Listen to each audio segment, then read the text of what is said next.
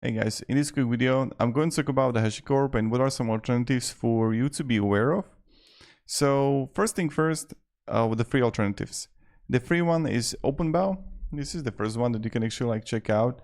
It's arbitrary key value secrets can be stored in OpenBow. It's an open source community driven fork of a wallet managed by the Linux Foundation.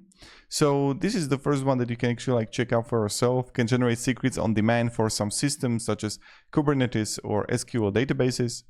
Now the pros: direct drop-in replacement for Vault, MPL 2.0 license, a Linux Foundation governance, compatible with existing Vault, IBM backing. The cons: younger ecosystem than Vault and smaller community.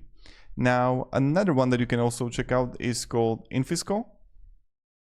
So this one is also interesting one, is that you see right here the free version. So Infisco is the open source secret management platform that teams use to centralize their application configuration and secrets like API keys and database credentials, as well as manage their internal PKI. So the kind of the cons here, their paid tiers come with the usage limits. So that's the first thing.